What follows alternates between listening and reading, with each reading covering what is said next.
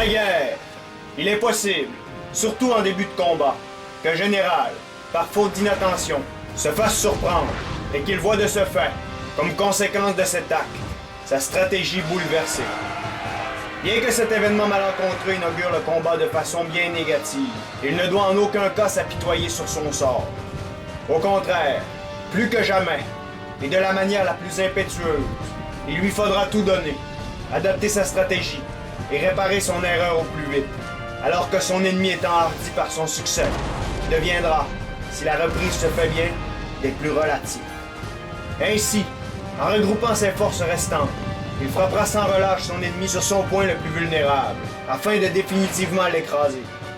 Ce n'est donc qu'en se décrochant rapidement de sa stratégie, devenue de toute manière inutilisable depuis l'accrochage initial, qu'un général pourra, en prenant d'audacieuses décisions, retourner ce qui s'annonçait comme une bataille incertaine, en triomphe total.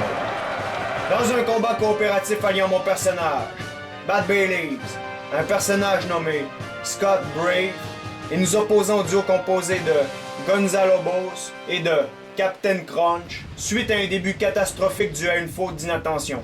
En ne perdant aucun instant et en adaptant immédiatement notre stratégie, nous déverserons impitoyablement toute notre fureur sur nos ennemis. C'est ainsi qu'au bout de quelques instants, alors que le combat s'inaugurait mal pour notre partie, nous laisserons le champ de bataille triomphant et terriblement souillé du sang de nos pauvres ennemis trop vite enhardis. Place au combat!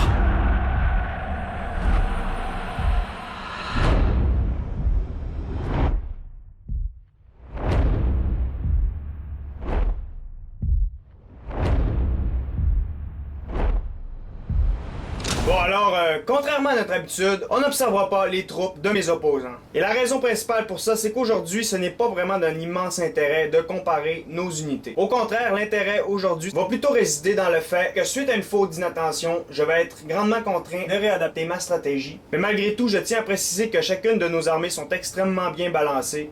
Et d'autre part, chacune respecte les règles qui étaient maximum 2 unités d'artillerie et maximum 5 unités d'infanterie légère. C'est donc que sur la colline, on va retrouver les unités françaises de Gonzalo Boss et sur leur gauche, en face de mon armée, on va retrouver les Prussiens de Captain Crunch. C'est donc que de mon côté, j'ai séparé mon armée en 2 parties. On va retrouver mon corps qui va se trouver à ma droite et mon corps qui va se trouver à ma gauche. Du côté du corps à ma droite, on va retrouver 3 unités de fusiliers prussiens. Et derrière ceux-ci, on va retrouver 4 unités de mousquetaires, flanquées à leur droite des redoutables Foot Guards. Derrière ceux-ci, on va retrouver mon général, qui va être le comte von Gneisenau. À ma gauche, on va retrouver mon 2e corps. Et c'est ici qu'on va retrouver mon artillerie, qui va être 2 unités d'artillerie à cheval de 6 livres. Derrière ceux-ci, on va retrouver 2 unités de fusiliers prussiens, suivies d'une unité de Foot Guards, et de 2 unités de mousquetaires. Enfin derrière, on va retrouver 3 unités de lanciers. C'est donc qu'aujourd'hui, ma stratégie, ça a été d'avancer mes unités d'artillerie environ à ce niveau-ci, car j'ai un peu étudié le terrain préalablement, et j'ai donc décidé d'aller les placer à un endroit où le terrain était légèrement surélevé, afin d'avoir une excellente vue sur mes opposants. Cependant, en début de partie, je vais être déconcentré par une cause extérieure, ce qui, additionné de l'audace du général français, va créer un désastre relatif de mon côté. On peut donc maintenant appuyer sur Play! Et c'est donc que la première action que je vais faire, ça va être que je vais mettre en marche une unité d'artillerie de 6 livres, suivie d'une autre. Du côté de mes opposants, ces derniers vont commencer à harceler mes troupes, notamment mes unités de cavaliers qui vont prendre cher. C'est donc que mes 2 unités d'artillerie sont en train d'arriver à leur poste, et à ce niveau, je suis en train de déployer cette unité. Comme je me fais grandement harceler au niveau de ma cavalerie, je vais le reculer derrière une petite butte où cette dernière va être en sécurité. Alors à ce stade-ci, mon but ça aurait été d'apporter mes unités d'infanterie légère près de mes unités de canon. Cependant, durant les prochaines secondes, je vais être complètement déconcentré et en fait, je ne verrai rien de ce qui se passe sur le champ de bataille. En d'autres termes, je ne verrai pas cette unité de lanciers français qui arrive avec furie pour foncer sur mon unité d'artillerie un peu plus loin. Comme à ce moment-ci, je suis complètement ailleurs, je ne prends même pas le temps de déployer cette unité d'artillerie. Et c'est donc environ à ce moment-ci que je vais réaliser ce qui est en train de se passer. Alors d'un côté, je vais apporter mes unités d'infanterie légère et de l'autre, je vais retirer mon unité d'artillerie, toujours non déployée. Cependant, à propos de cette unité, la chose est dorénavant jouée pour eux. Malgré tout, je vais me dépêcher de venir en aide à mes unités qui se font attaquer, et dès lors, le général français va rapatrier vers son armée ses unités de cavaliers. D'autre part, au moment où il m'attaquait, j'ai demandé à mes unités de canonniers de revenir vers mon armée. Mais immédiatement le péril achevé, je vais leur demander d'aller rééquiper leur artillerie. Alors, je suis complètement déboussolé par les événements qui viennent de se produire, mais sans perdre un seul instant, je vais rapatrier mes 3 unités de cavaliers pour aller du côté de mon corps principal. Et comme vous pouvez le constater, à ce niveau-ci, ce dernier va dès lors se mettre en marche alors que ma cavalerie approche. C'est donc que les unités de cavaliers français ne sont pas encore retournées près de leur ligne que ma stratégie va être complètement réadaptée. Et alors que ma stratégie reposait grandement sur mes unités d'artillerie à cheval, elle va dorénavant se reposer sur une agressivité extrême de mon corps principal. Et à ce niveau-ci, comme on a pu remarquer, j'ai commencé à courir car je remarque la colonne de mon ennemi enhardi par le dernier succès. C'est donc que je vais faire courir une bonne partie de mon armée pour aller occuper ce point-ci. Mais comme je vois que ce dernier va être capable de me harceler à plus grande distance, je me dépêche pour aller commencer à l'abattre avant qu'il ne me force. Je dispose donc rapidement mon armée face à la sienne et avant que ce dernier ne soit complètement déployé, je vais commencer à le harceler avec mes unités de fusiliers prussiens. C'est donc au bout de quelques instants, la presque totalité de mon armée va se mettre à tirer. Alors, environ au même moment, je vais lancer la totalité de ma cavalerie contre ces lignes, puisque je vois très bien qu'il ne sera peut-être pas capable de résister à une charge totale. Et comme vous pouvez le constater, la charge va être extrêmement puissante à ce niveau-ci. Et c'est donc que mes cavaliers chargent, et comme vous pouvez le constater, juste derrière, il y a 4 unités de cavaliers de mon opposant qui approchent. C'est donc que ces 2 premières unités ici vont entrer en contact à ce niveau, et comme j'avais peur que ces unités foncent dans mon corps principal, je me suis mis en carré à ce niveau-ci. C'est donc que la mêlée se fait extrêmement intense, et quelques unités entrent en déroute déjà. Alors, comme j'ai des lanciers et que leur puissance est dans le choc et non pas dans l'attaque en mêlée, je retire mes unités. Et ça, je vais bien sûr faire ça sous le couvert de mon corps principal qui va se régaler dans les rangs ennemis. Pendant ce temps-là, de ce côté-ci, j'ai redéployé mon unité d'artillerie et comme vous pouvez le constater, le Français retente un mouvement audacieux contre mon unité d'artillerie. Moi, à ce niveau-ci, je me lance à la poursuite de mon ennemi qui se replie avec diligence. Et du côté de l'unité de cavalerie française, comme je ne veux pas réitérer le désastre précédent, je vais retourner une unité de foot guard. Lui va dès lors changer de cible pour les 2 unités d'artillerie de mon allié. Et alors que tout cela se produit, mon corps principal harcèle mon opposant. C'est donc à ce moment-ci que l'unité de cavaliers français va se mettre à traverser le gué. Mais cependant, il va être chaudement accueilli par les unités de canon ennemies. Et à ce niveau-ci, la chose va être terrible pour ces pauvres cavaliers.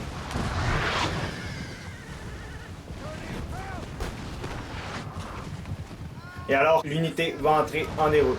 Alors, du côté de mon aile droite, alors que sur ma gauche, avec les mousquetaires, je viens de faire entrer en déroute une unité d'infanterie légère, je vais tenter, avec 2 unités de cavalerie, de coincer cette unité de Jäger. Au dernier instant, je vais dévier légèrement ma charge avant de retourner contre cette unité-ci. Et c'est donc que ça va donner vie à une mêlée assez intense, mais à ce niveau-ci, je vais pouvoir bénéficier du support de mes unités d'infanterie légère. Et comme vous pouvez le constater, la mêlée va tourner en ma faveur. Alors je vais retirer mes unités, mais comme mon opposant ne me poursuit pas, je vais le poursuivre. Mais au bout de quelques instants, je vais constater que cette poursuite est complètement désespérée, d'autant plus qu'il y a du renfort qui va approcher. C'est donc alors que je vais rebrousser chemin. Malgré tout, de ce côté-ci, comme j'ai réussi à traverser avec 2 unités de fusiliers prussiens, j'ai réussi à coincer une unité de Jäger qui passe visiblement du mauvais côté de la montagne. Pendant ce temps-là, mes 2 artilleries, dont une va être protégée par quelques unités, continuent d'harceler mon opposant. Alors, je vais poursuivre dans mon attaque impétueuse et je vais faire passer une bonne partie de mon armée à ce niveau-ci, histoire de flanquer le Prussien. Et tout cela se passe alors que de ce côté-ci, j'ai réussi à accrocher encore une unité de mousquetaires. Et c'est donc à ce moment-ci que je ne compterai plus mon artillerie pour rien. En réalité, je vais complètement détacher mon corps protecteur de cette unité et je vais me servir de ce dernier pour assister le reste de mon armée dans son attaque d'infanterie. De ce côté-ci, mon but, ça va donc être de coincer les unités que voici, mais mon opposant va se mettre en carré. Et ça, c'est d'autant plus que j'ai remarqué au dernier instant qu'il y a des pics à ce niveau. Malgré tout, je vais tourner ce dernier geste à mon avantage, puisque qui dit carré dit aussi moins large front, et moi je vais apporter mes unités de fusiliers prussiens. Cependant, comme ce dernier va reculer, je ne serai pas capable de l'accrocher. Et ça, c'est d'autant plus que mes unités rechargent. Malgré tout, à gauche de mon corps principal, j'ai réussi à accrocher une unité d'infanterie légère. C'est donc que je vais approcher une unité de Jäger en avant. Du côté du corps situé au niveau de mon artillerie, j'ai donc réussi à l'approcher et à commencer à harceler les canons ennemis. Alors que mes unités sont juste ici, mon opposant a décidé d'apporter 2 unités de mousquetaires pour se protéger. Et moi, pour répondre à cela, je vais me redéployer face à ces unités et je vais tâcher de les harceler avec la totalité de celles-ci. Pour vous permettre de mieux suivre l'affrontement, je vais juste vous dire, mes unités sont toutes celles ici. et les unités de mon opposant sont celles à ce niveau-ci. C'est donc que je suis en train de les encercler comme vous pouvez le constater. Mais complètement à ma droite, il y a des unités de cavalerie et c'est donc qu'il faut que je me protège. C'est donc que de ce côté-ci, j'harcèle les unités de mousquetaires ennemis qui se replient. Et de ce côté-ci, dans la petite vallée, le Français, voyant le désastre imminent de son allié, va venir en renfort. Alors mon allié, qui traîne toujours de la patte, va approcher ses unités et moi, je tente de contenir l'ennemi. Et c'est donc alors que durant cet instant, je vais me retrouver dans le sérieux pétrin. En effet, il y a une charge de cavalerie à ce niveau-ci et de ce côté-ci, je me fais serrer sur le flanc. C'est donc que je vais devoir réagir très vite. Je déverse la totalité de mes 2 salves sur la cavalerie ennemie et je vais me mettre dès lors en carré avec mes 2 unités. Pendant ce temps-là, mon unité d'infanterie légère est en train d'essayer de contenir les 2 unités que voici. Et c'est donc qu'à ce niveau-ci, comme vous pouvez le constater, les unités de cavaliers vont entrer en déroute une après l'autre. Et au bout de quelques instants, cette unité aussi va entrer en déroute. En passant, les pics ici sont des pics ennemis. C'est donc qu'ils ne font rien à mon opposant. Alors que tout cela se passe, je vais faire une charge contre le général de mon ennemi qui va se faire surprendre à ce niveau-ci. Du côté du corps qui était initialement avec mon artillerie, j'harcèle donc toujours l'ennemi de ce côté. Et alors que tout cela se passe, j'apporte mes unités de ce côté pour les prendre de flanc à ce niveau. Et de ce côté-ci aussi, je les apporte. Alors le général ennemi est mort et je vais foncer dès lors sur l'artillerie des Prussiens. Et ça, je vais faire ça bien que mes unités sont extrêmement fatiguées. Les unités qui contrôlaient l'artillerie vont donc tenter de défendre leurs engins, mais ne seront aucunement capables. Alors que mon opposant envoyait une unité de mousquetaires, je vais foncer dans cette dernière et il n'aura pas le temps de se mettre en carré.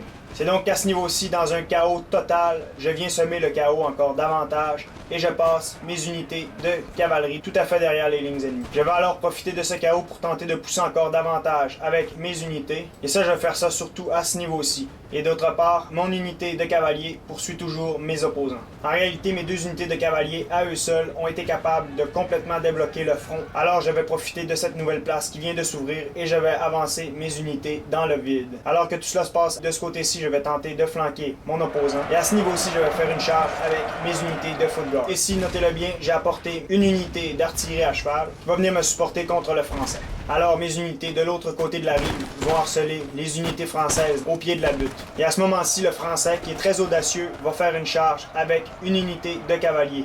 Mais sa cavalerie va se retourner contre une unité de fusiliers prussiens et dès lors, je vais la replier sous le couvert d'une unité d'infanterie de ligne qui devrait les protéger. Malgré tout, cette dernière a mis un peu trop de temps à tirer et l'unité française va être capable de m'accrocher. Cependant, elle ne fera pas long feu comme vous pouvez le constater. Alors la prochaine étape, c'est de briser ce verrou. Et moi de ce côté, je suis en train de flanquer les Français. Et mon plus grand espoir réside donc à ce niveau-ci. Je vais ainsi déployer mon unité de foot guard. Et cette dernière va rapidement tirer sur une unité de Légion polonaise qui lui fonce dessus. Alors je vais tout miser sur 2 unités de renfort qui approchent. Celle-ci, je vais la déployer afin qu'elle tire sur cette unité. Mais comme mes foot guards sont excellents au corps à corps, je ne suis pas vraiment nerveux de ce côté. D'autant plus qu'au niveau de ce verrou, le moral français est en train de complètement s'écrouler face au triomphe de mon armée. Alors mon allié semble tranquillement donner, presque aussi vite qu'un colimaçon, comme il a été presque tout le long de la partie, l'assaut de la position forte ennemie. Alors que je mentionne ceci, je viens de gagner le combat contre les Français de ce côté et je vais charger contre la dernière unité de mousquetaires prussiens, qui va très vite entrer en déroute. Alors il n'y a plus une unité de Prusse, outre les miennes. C'est donc que je vais redoubler d'audace à ce niveau-ci et je vais lancer une unité de mousquetaires qui n'a plus de balles en mêlée de ce côté-ci, histoire d'accrocher les tirs ennemis. Pendant ce temps-là, je vais venir les flanquer, notamment avec cette unité de mousquetaires.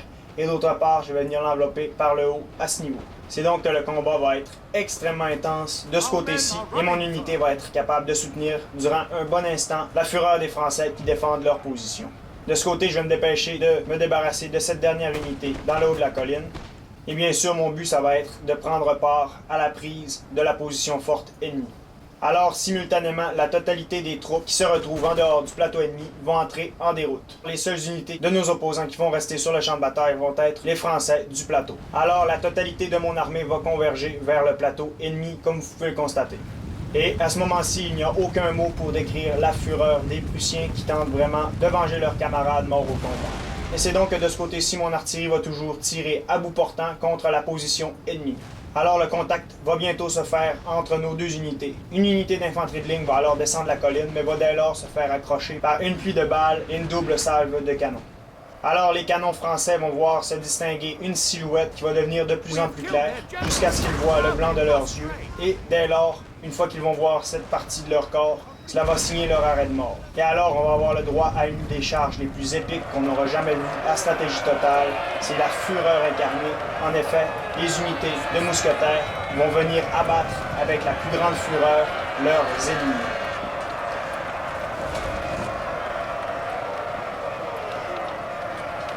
Mon allié a donc déployé 1539 unités, j'en ai déployé 1599, Gonzalo Bos en a déployé 1689 et Captain Crunch 1194. Mon allié a donc abattu 543 unités, j'en ai abattu 1525, Gonzalo Bos 975 et Captain Crunch 302. C'est donc aujourd'hui, suite à une faute d'inattention qui a été au final des plus profitables puisqu'elle m'a forcé à changer ma stratégie, j'ai décidé de charger la position de mes ennemis qui étaient relativement enhardis suite à leur succès initial de la manière la plus brutale. C'est donc que suite au mouvement audacieux du Français contre mon unité d'artillerie à cheval, je n'ai pas perdu un seul instant et j'ai mis la totalité de mon armée en marche vers le flanc gauche des armées ennemies. C'est donc en profitant d'un mouvement qui aurait pu être, s'il avait été complété, très destructeur pour mon armée, j'ai profité du bon moment, avant que Captain Crunch ait complètement déployé ses unités, notamment d'infanterie légère, pour établir le contact avec eux, et à ce moment-ci, je n'ai pas perdu de temps pour faire une immense charge de cavalerie. C'est donc à ce niveau-ci, nos deux cavaleries se sont entremêlées, et au bout de quelques instants,